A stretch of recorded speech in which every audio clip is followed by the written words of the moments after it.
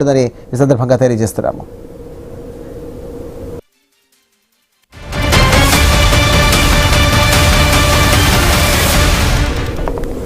రైట్గా జాతీయ చేనేత దినోత్సవం సందర్భంగా ఏపీ ప్రభుత్వం చేనేత కార్మికులకు శుభవార్త అందించనుంది.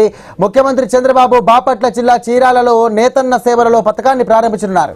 ఈ పథకం ద్వారా రాష్ట్రంలోని అర్హులైనటువంటి ప్రతి చేనేత కుటుంబానికి ఏడాదికి 25,000 రూపాయల చొప్పున ఆర్థిక సహాయాన్ని కూడా అందించనున్నారు.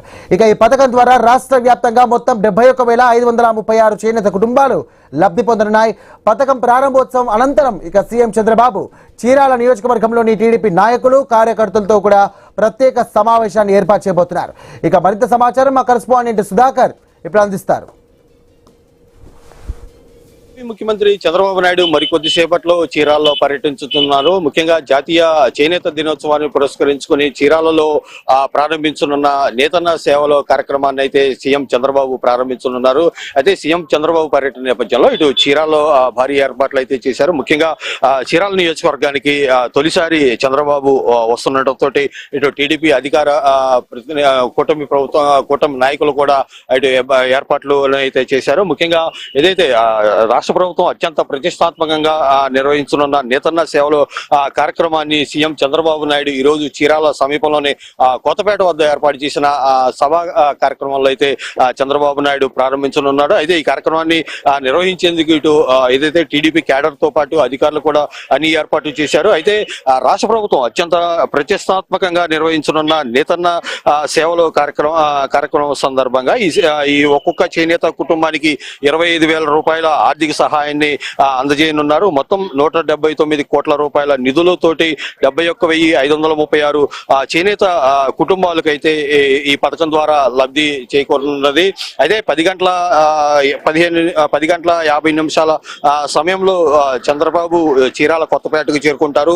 ఇక్కడ 11 గంటల సమయంలో వేదిక వద్దకు చేరుకొని నేతన్న సేవలో పథకాన్ని ప్రారంభించి ఇక్కడ లబ్ధిదారులకైతే ఏదైతే లబ్ధి అందజేస్తారు. అయితే అనంతరం 1:20 నిమిషాల సమయంలో జాండ్రపేట చేరుకుని అక్కడ చేనేత మగ్గాలను పరిశీలించి చేనేత లబ్ధిదారులతో మాట్లాడతారు. తిరిగి 2:15 నిమిషాల సమయంలో చీరాల టీడీపీ కార్యాలయంలో సమీపంలో ఏర్పాటు చేసిన సమావేశంలో కార్యకర్తలతో అయితే సమావేశాలు నిర్వహిస్తారు. అయితే సీఎం పర్యటన నేపథ్యంలో ఇటు అధికార యంత్రాంగం కూడా పూర్తిగా అప్రమత్తమైంది. ఎక్కడికక్కడ ఏదైతే సీఎం పర్యటన నేపథ్యంలో ఎక్కడ ఎలాంటి ఇబ్బందులు తలెత్తకుండా జిల్లా అధికార యంత్రాంగం కట్టుదిట్టమైన భద్రత ఏర్పాటు చేసింది. అయితే మరోవైపు ఏదైతే చీరాలకు తొలిసారిగా కూటమి ప్రభుత్వం ఏర్పడిన తర్వాత చంద్రబాబు జిల్లాకు వస్తున్న నేపథ్యంలో ఇటు టీడీపీ అధికార పార్టీ వర్గాలు కూడా పెద్ద ఎత్తున ఏర్పాటు చేశాయి.